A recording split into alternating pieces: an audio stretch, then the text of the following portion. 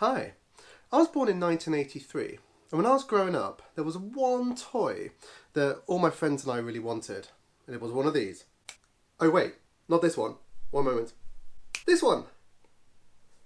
The Tamiya Lunchbox.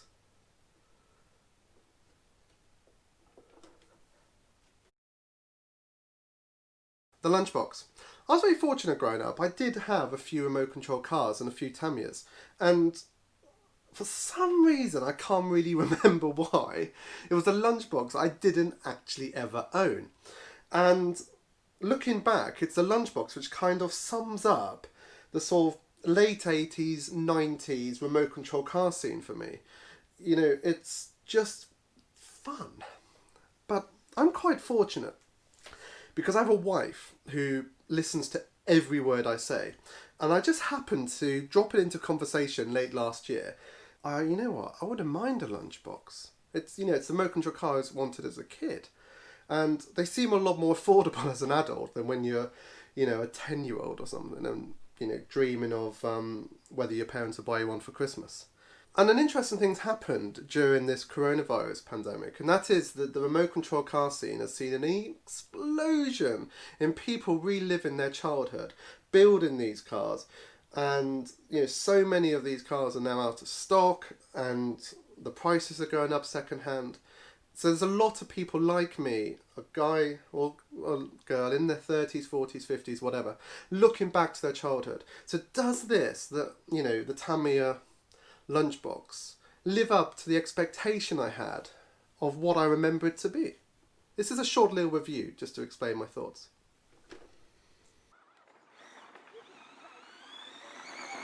The build. I really enjoyed the build. Now, I've built a lot of the big Legos. You can see the 911 RS up there.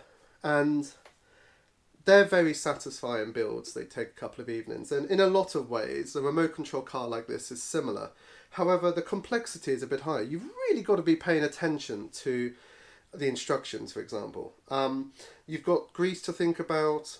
There's screws going into plastics. You've got to make sure you don't mess those up because they're self-tapping screws.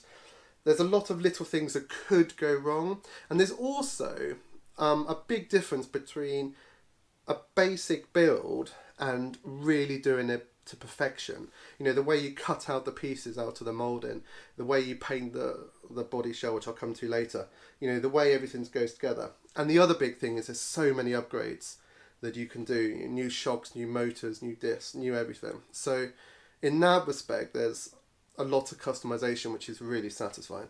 The build itself, it was a couple of evenings, crack open a beer, sit down with some music on, and just enjoy it. I really, really enjoyed building this again, and highly recommend it. So I did mess up one thing, and it's to do with the motor and the first cog that actually fits onto the spindle of the motor. And I didn't use thread lock on that because the instructions, unless I missed something, didn't call for it. And basically that was spinning out the first couple of times I drove it. I'd put it back together, get the grub screw tight again, and it would do the same thing. Asked in a Tamiya group, and they said, yeah, Loctite that. So ordered some Loctite, got that, did all the wheel nuts because one of those fell off as well, and all is good again. So it's little things like that just add that level of complexity, which can be very irritating at first, but then when you get it right, it's all good. Painting. So the other difference, when you buy a Lego model like that RS, it comes in the orange, and when you buy a Chiron, it comes in the blue. So with this, it comes as a bare shell. So this gives you the opportunity to paint it any colour you want, to do airbrushing, whatever you want to do. You can do it, you can customise it. And in the community, there's some people who want the box art, which is, the exact colour scheme that's on the car, on the box. And that's what I wanted. A yellow lunchbox was... But you can do whatever you want. People do the A-Team car, people do like a zombie apocalypse car. There's a lot of really cool cars out there. So, you can buy additional shells and paint them different colours. But fundamentally for me, it was all about the yellow. Actual spray painting, I've never spray painted anything in my life.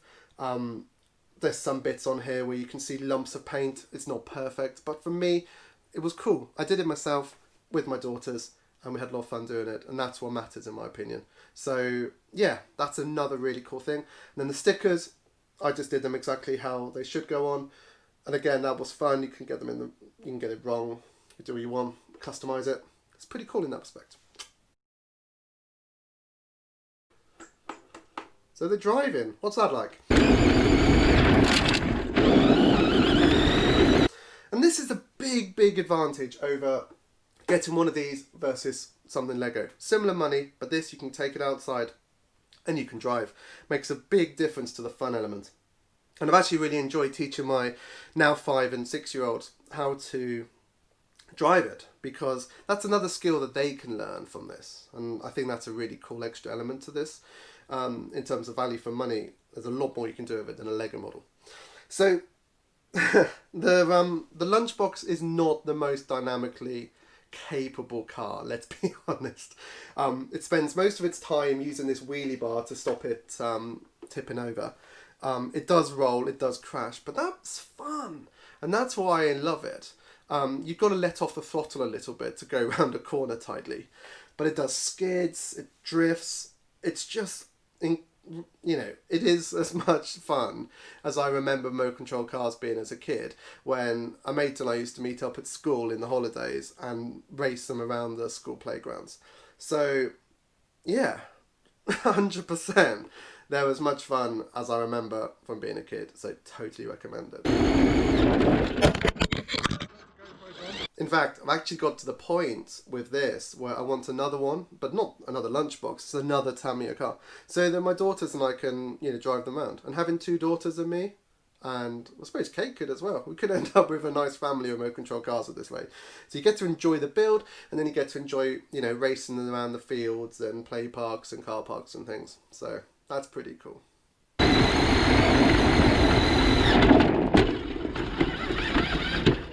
What about community? See, this is another part of this I never thought I would, I never even thought of. The thing is, when you buy a remote control car, you're not the only person who's doing the same thing. And there's some awesome Facebook groups like Tamiya Legends, where I've just been able to go in these groups and see people reliving their childhood, talking about their car collections. Like some guys have, and women, have 20 or 30 cars. I've got one. But I posted some videos, and I've interacted with Tamiya UK on Twitter, and shared videos of this thing doing wheelies and slow-mos and all sorts of stuff like that. And I really like it. There's a very positive community.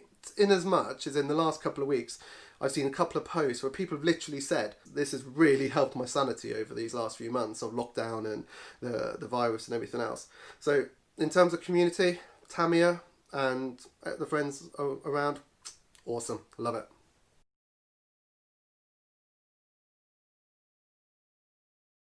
So what about the future with me and my Lunchbox? And this is another thing, like the Lego models are just gathered dust. I get them down to admire, the way they all go together, but fundamentally they're just gathering dust.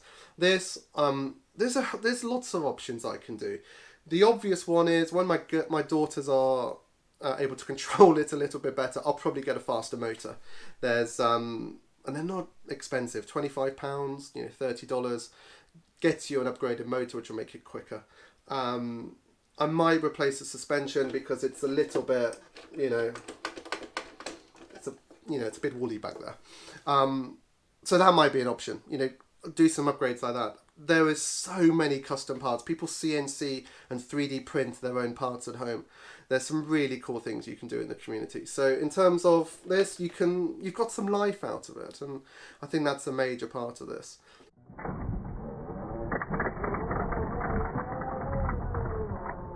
Thanks for watching. Hopefully you've enjoyed this bit of nostalgia. Is a Tamiya Remote Control Car something that you had as a kid but you haven't had as an adult? Is this something you're looking to get? Comment below. It'd be really interesting to hear. And I'm going to do some videos coming up on the big Lego cars and talk about them, the pros and cons of the new ones. Will I get the new Lamborghini that's just coming out? Will I get the Ducati? That's I might get a Ducati, that looks really cool. But the big Lego cars, they're now about 350 quid, whereas this was about under 200. And so you kind of think, is this half the value of a Lego car? When hopefully have explained quite well. You can do so much more with this. So yeah, I'm a massive fan of these. I think they're well worth the money, and I hope you get some enjoyment and have fun crashing them. And after all, it's the tiniest EV I own. It's pretty sweet. Thank you for watching. Hope you've enjoyed this. Like, subscribe, and all that jazz is most appreciated. And go have fun. Go buy a remote control car. See you later. Bye.